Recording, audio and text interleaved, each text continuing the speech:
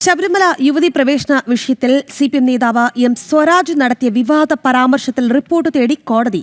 ഹൈന്ദവ വിശ്വാസികളെ വേദനിപ്പിക്കുന്ന തരത്തിൽ അയ്യപ്പനെ അവഹേളിച്ചുകൊണ്ടാണ് 2018 എം സ്വരാജ് പ്രസംഗം നടത്തിയത്. സംഭവത്തിൽ പോലീസ് കേസെടുക്കാത്തതിനെ തുടർന്നാണ് കൊല്ലം ജുഡീഷ്യൽ ഫസ്റ്റ് ക്ലാസ് കോടതി റിപ്പോർട്ട് തേടിയത്. എല്ലാ ദിവസവും കന്യയ്യപ്പന്മാർ വരികയാണ്. എന്നെങ്കിലും ഒരിക്കലും ഇത് വരാതിരിക്കുമെന്ന് പ്രതീക്ഷിച്ചിട്ടാണ് മാളികപ്പുറത്തമ്മ ഇരിക്കുന്നത്. അയ്യപ്പനും പ്രതീക്ഷ ഉണ്ടാവും, കാരണം എന്താ പറഞ്ഞ വാക്കാണ്. പക്ഷെ എല്ലാ ദിവസവും വന്നുകൊണ്ടിരിക്കുകയാണ്. അങ്ങനെ കാത്തിരുന്ന് മാളികപ്പുറത്തമ്മയ്ക്ക് ദുഃഖം സഹിക്കാനാവാതെ മാളികപ്പുറത്തമ്മ കരഞ്ഞു.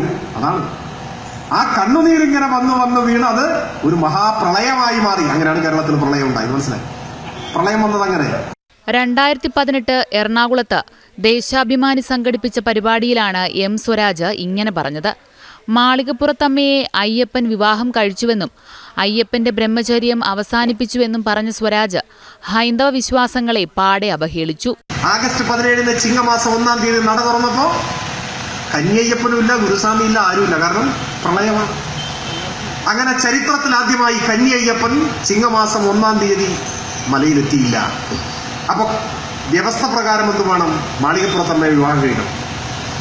ആഗസ്റ്റ് മാസം 18-ാം തീയതി വാക്ക് പറഞ്ഞാൽ പാലിക്കുന്ന ആളല്ലേ അയ്യപ്പൻ. അല്ലാതെ വാക്കിന് വ്യവസ്ഥ ഇല്ലാത്ത ആൾ അയ്യപ്പൻ എന്നാ പറയുക? അങ്ങനെയുണ്ട്. 18-ാം തീയതി വാക്ക് പ്രകാരം അയ്യപ്പൻ മാളികപ്പുറത്തമ്മയെ വിവാഹം കഴിച്ചു. അങ്ങനെ ബ്രഹ്മചര്യം അവസാനിച്ചു. മാലയിട്ട് വ്രതം നോറ്റ് ശബരിമലയിലെത്തുന്ന ഓരോ ഭക്തന്റെയും മനസ്സിൽ ഉണങ്ങാത്ത മുറിവായി സ്വരാജിന്റെ വാക്കുകൾ മാറി. യുവതീ പ്രവേശന വിവാദം കൊടുമ്പിരി കൊള്ളുന്ന സമയത്തായിരുന്നു സ്വരാജിന്റെ പ്രസംഗം. സംഭവത്തിൽ യൂത്ത് കോൺഗ്രസ് നേതാവ് വിഷ്ണു സുനിൽ കൊല്ലം സിറ്റി പോലീസ് കമ്മീഷണർക്കുൾപ്പെടെ പരാതി നൽകിയിരുന്നു. എന്നാൽ സ്വരാജിനെതിരെ നടപടിയെടുക്കാൻ പോലീസ് തയ്യാറായില്ല.